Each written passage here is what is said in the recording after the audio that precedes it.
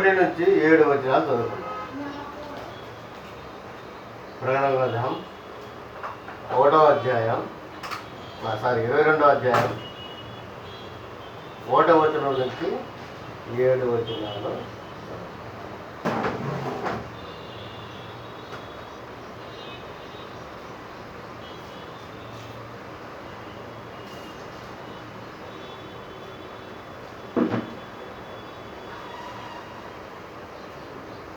మరి చదువుతావా?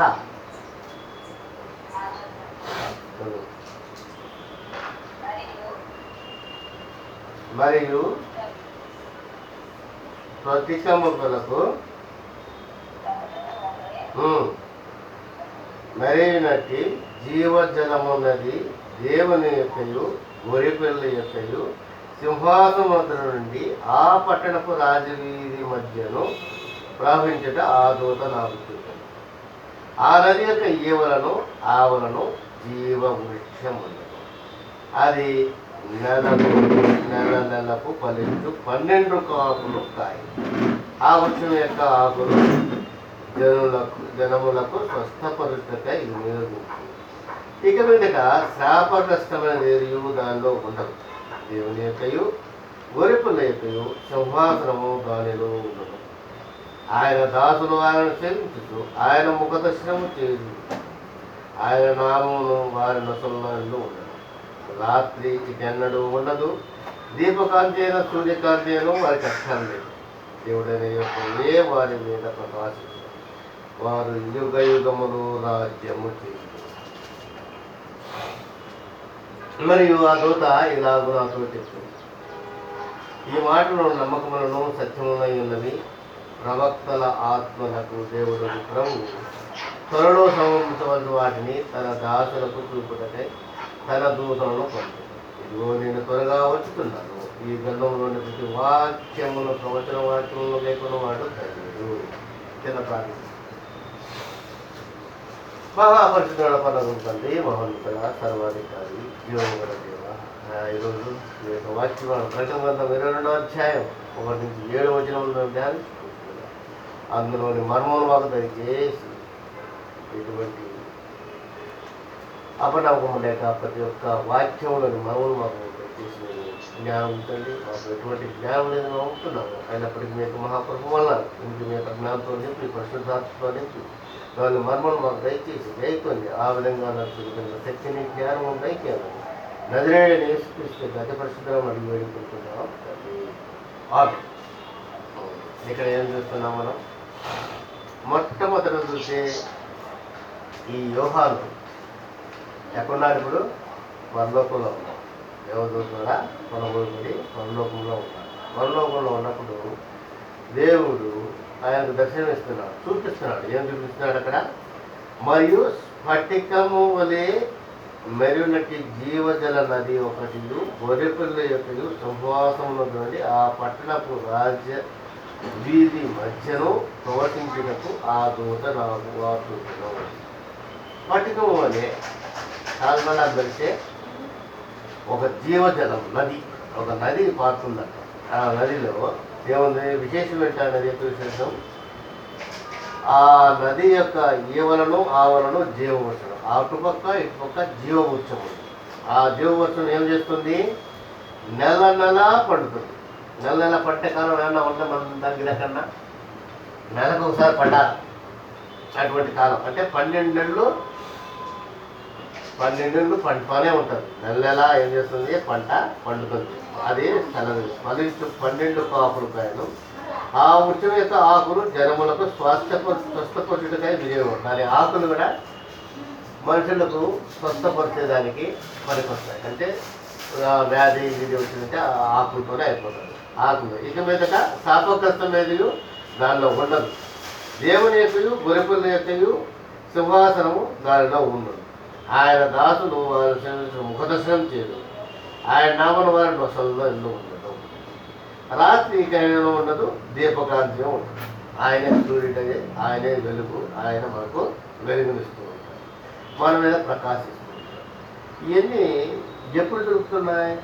ఎప్పుడైతే నువ్వు ప్రభువుని యేసుక్రీస్తుని అంగీకరించినావో నీ సొంత విషయంగా మస్ట్గా మన భాగంలోనైనా తీసివేసినాడు.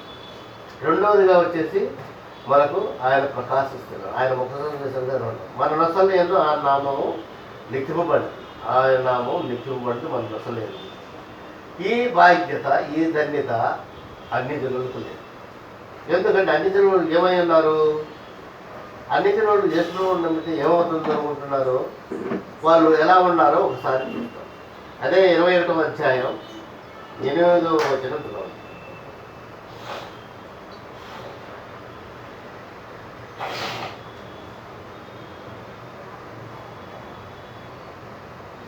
ప్రకటన గ్రంథం 20వ అధ్యాయం 8వ వచనం.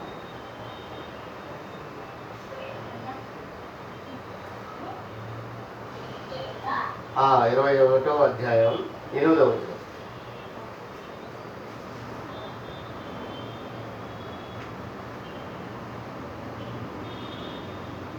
పక్కనే ఉంటుంది, పక్కనే ఉంటుంది.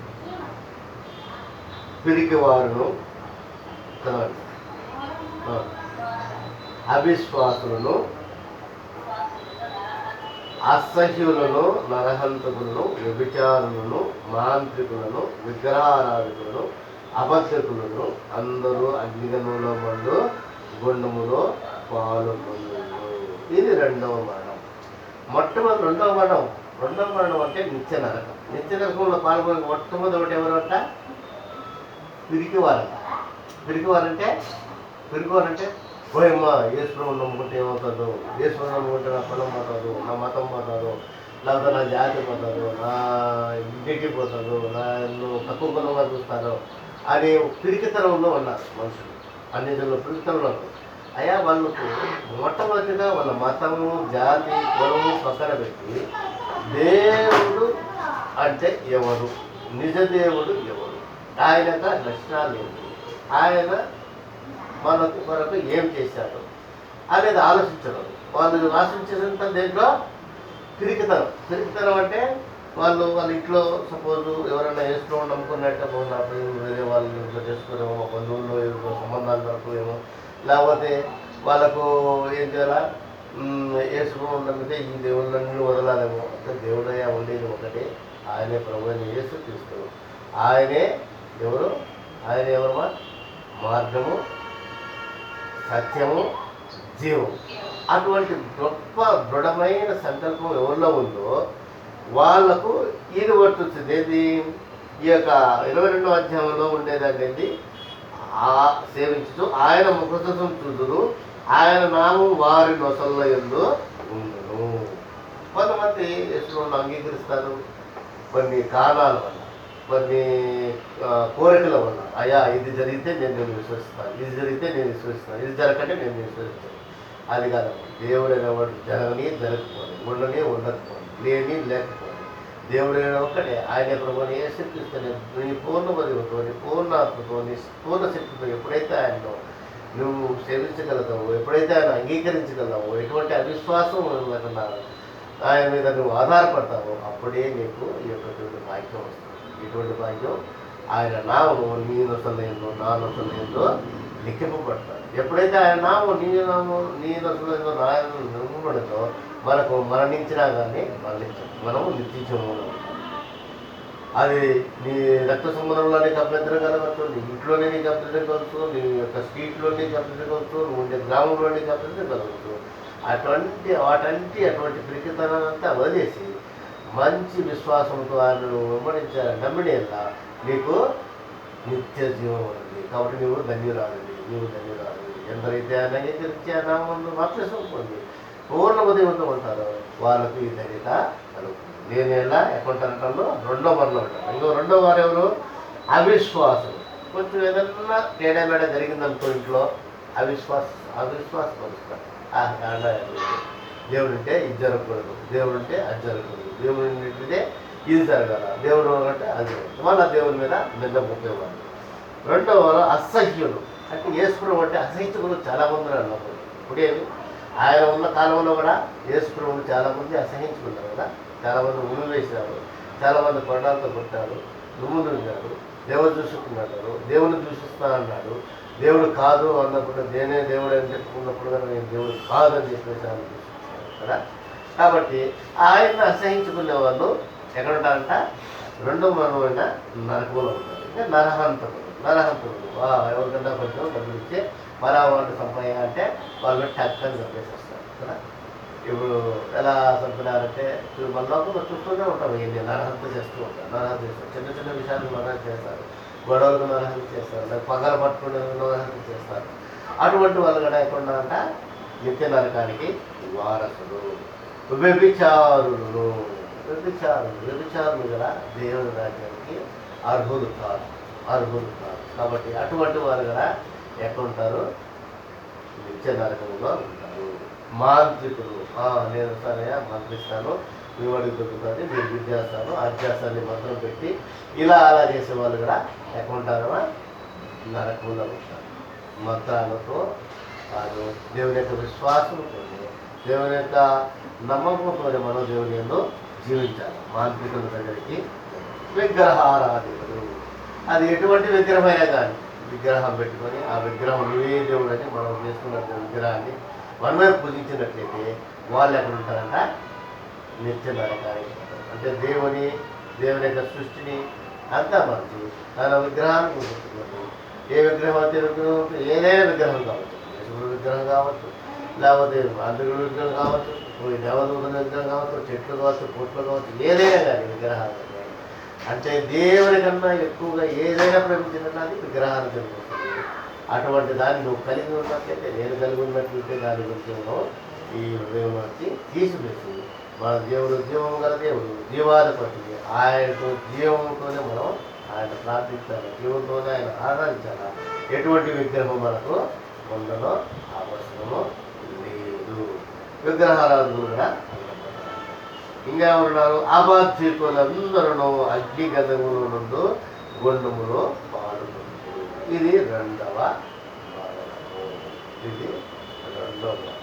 ఇదే విషయాన్ని మనం ఒకసారి దేవాదేవుడు ఎక్కడ చేస్తున్నప్పుడు ఇదే 22వ అధ్యాయం, ప్రకటన 22వ అధ్యాయంలో ఒకసారి 15-16 వచనంలో చదువు.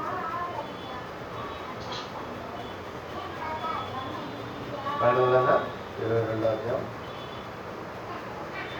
15, 16, 17 వచనం. కుక్కలను, మాంత్రికులను, వ్యభిచారులను, నరహంతకులను, విగ్రహారాధకులను, అబద్ధమును ప్రేమించి జరుగుతుంది వాడు వెలుపటవచ్చు. సంఘములో సరము ఈ సంగతుల గురించి మీకు సాక్ష్యం ఇచ్చినట్టు యేసు అను నేను నా దూతను పంపిస్తున్నాను. నేను దావీదు వేరుచు సంతానమును ప్రకాశమానమైన కూర్చుకుగా ఉంటాను. ఆత్మయు పెళ్లి కుమార్తెయు రమ్ము అని చెప్పుతున్నాను. వినివాడు రమ్ము అని చెప్పవలను. దప్పుకున్న వారు రవణము, రుచించు వారికి జీవజలం ఉచితముగా ఉచితం. ఈ యొక్క రక్షణ అనేది చాలా ఉచితము. దేవుడు స్పష్టంగా చెప్తున్నాడు. నాకు ఎటువంటి వారు వెలుపుతుంటారు, ఎటువంటి వారు లోపలుంటారు. ఆయన మన ప్రభు అయిన యేసుక్రీస్తు ఒక గొప్ప నిరీక్షణ పడుతుంటాడు. ఏమన్నా యేసుని జీవులే నిత్య జీవము. యేసును నువ్వు ఎటువంటి పాపం లేదు, ఎటువంటి రోజు లేదు, ఎటువంటి అస్వస్థమైన ఇష్టమైన దేవుడు నన్ను ప్రేమించి తన శరీరము, తన రక్తము మన కొరకు అప్పగించి ఆఖరి వరకు నన్ను రక్షించి శిలువలో మన పాపములన్నీ ఆయన మీద మోసుకొని నన్ను ఏం చేశాడో విడుదల చేశాడు. కేవలం నువ్వు ఆయన విశ్వసించి ఆయన నమ్మినేలా నువ్వు ఈ శిక్ష నుండి, ఈ నిత్య నరకం నుండి తప్పించుకుంటావు. ఈ నరకం నుండి తప్పించుకోవడానికి ఈ లోకంలో మరి ఎవరూ లేరు. ఆయన వల్లే నీకు రక్షణ కలుగుతుంది. ఆయన నామంలోనే నీకు రక్షణ కలుగుతుంది. ఆయనే నీకు రక్షణకర్త, ఆయనే నీకు సృష్టికర్త అనేది చెప్తున్నారు. అపొస్తలుల కార్యములు 4వ అధ్యాయం 12వ వచనం కొనసాగుతుంది. అపొస్తలుల కార్యములు 4వ అధ్యాయం 12వ వచనం.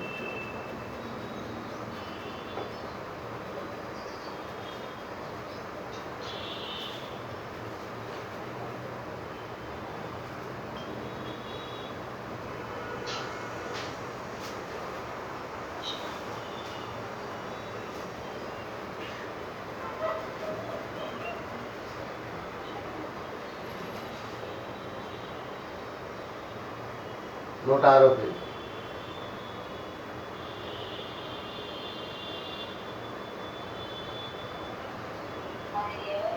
మరి ఎవరిలోనూ రక్షణ కలుగదు,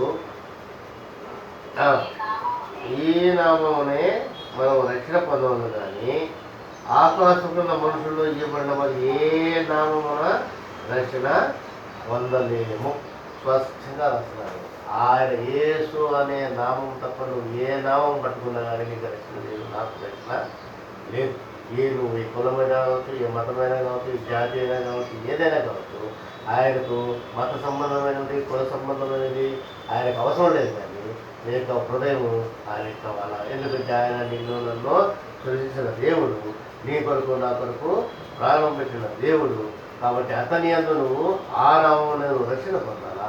అలాగా నువ్వు రక్షణ పొందితే నీకేం దొరుకుతుంది? ఏం దొరుకుతుందమ్మా? రోమీయులకు రాసిన పత్రిక 8వ అధ్యాయం 1వ వచనం దొరుకుతుంది. ఏం దొరుకుతుంది చెప్పండి. 138వ పేజీ.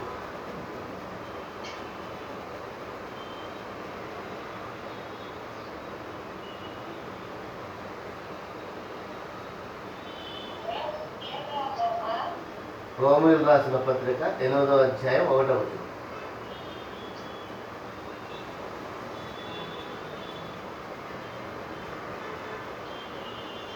138వ పేజీ.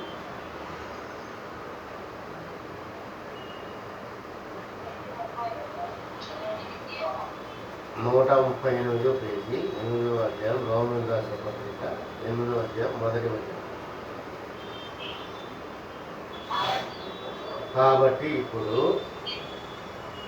క్రీస్తు యేసునున్న వారికి ఏ శిక్షావిధి లేదు. క్రీస్తు యేసును జీవము ఆత్మీయము పాప మరణ నియమం నుండి నిన్ను నన్ను విడిపించింది. ఎట్లనగా ధర్మశాస్త్రం దేనిని చేయజాలపోయినో దాన్ని దేవుడు చేశాడు. ధర్మశాస్త్రం అంటే ఏంటంటే నిర్గమకాలంలో ఇచ్చిన 10 ఆజ్ఞలు ధర్మశాస్త్రం. ఆ ధర్మశాస్త్రమును మనం నెరవేర్చలేకపోయిన మన జీవితంలో ఎటువంటి పరిస్థితుల్లో ఎవరు పెద్ద పెద్ద భక్తులే పడిపోయినారు, భక్తులే ఇచ్చేశారు. అయినప్పుడు వాటన్నింటినీ ప్రేమించి కరుణించి దేవాదేవుడు తన యొక్క భాగ్యాన్ని వదులుకొని, తన స్తోమతను వదులుకొని, తను తాను తగ్గించుకొని ఈ భూమిలోకి వచ్చి నిన్ను రక్షించుకు నీ కొరకు నా కొరకు ప్రాణం పెట్టాడు. అందుకే క్రీస్తు శకము క్రీస్తు పూర్వం అని చెప్పారు. దేవునికి మనిషికి మధ్యవర్తి మన ప్రభు అయిన యేసుక్రీస్తు. ఆయన ఏం చేశాడు? లోకంలోకి వచ్చి నీ కొరకు నా కొరకు ప్రాణాన్ని పెట్టి మరణాన్ని జయించి తిరిగి లేచి తిరిగి రానేవాడు. ఇంత విశ్వాసం మనలో ఉంది. ఈ 3 విషయాలు మనలో. ఆయన మన కొరకు మరణించినాడు, మరణాన్ని జయించినాడు, తిరిగి లేచినాడు, తిరిగి రానేవాడు. అందుకే చెప్తాను, నేను త్వరగా ఉంచుతున్నాను, సమయము మంచిగా ఉంది. సమయాన్ని దుర్వినియోగం చేసుకోవాలా. దినములు చెడ్డవి కనుక దేవునితో మనం సహవాసం చేయాలి. దేవునితో మ్యాక్సిమం మనం సహవాసం చేయాలి. అటువంటి కృప మనందరికీ కలగాలి. లేని ఎడల హెస్కేలకు ఒక విషయం చెప్తాడు దేవుడు. ఏం చెప్తాడు? హెస్కేలకు ఒక విషయం చెప్తాడండి. 4వ హెస్కేలు గ్రంథం 4వ అధ్యాయం. హెస్కేలు గ్రంథం 4వ అధ్యాయం 12వ వచనం. హెస్కేలు గ్రంథం 4వ అధ్యాయం 12. 689వ పేజీ.